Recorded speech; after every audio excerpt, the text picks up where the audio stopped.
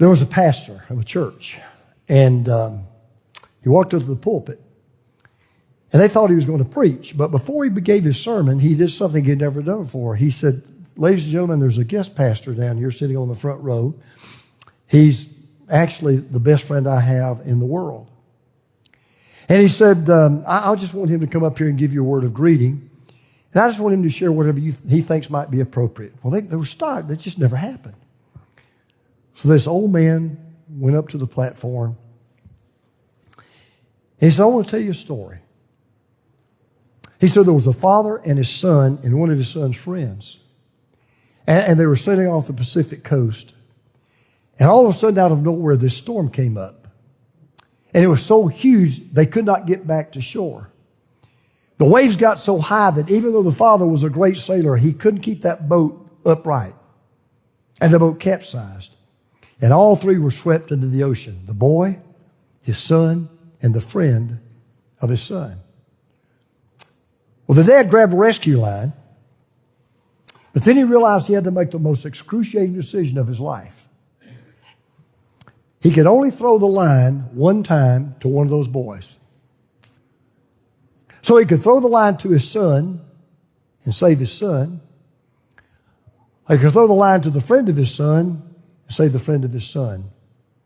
But he knew there wouldn't be time enough to do both.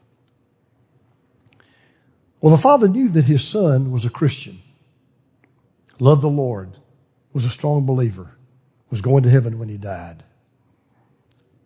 But he also knew that his son's friend was not.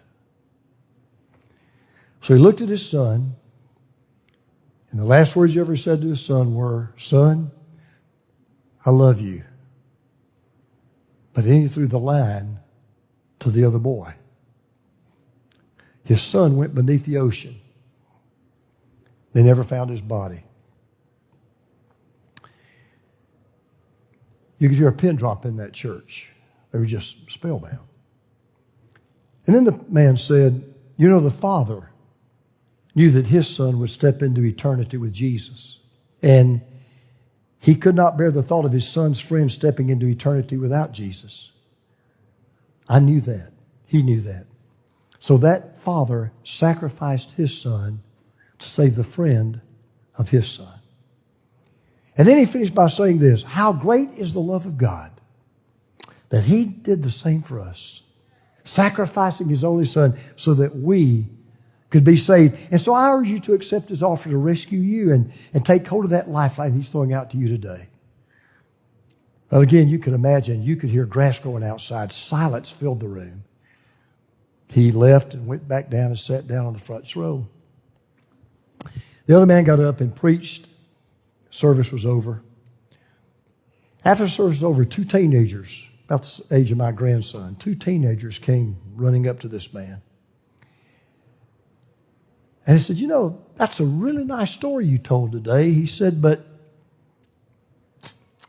I don't think it's very realistic that a father would give up his only son's life hoping the other boy would become a Christian." And the man with tears coming down his cheeks said, "You got a point there. Doesn't sound very realistic. But it does give me a glimpse of what it was like for Jesus to give up, for God to give up his only son for me."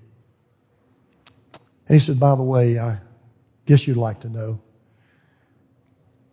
I was that father, and your pastor was the friend of my son."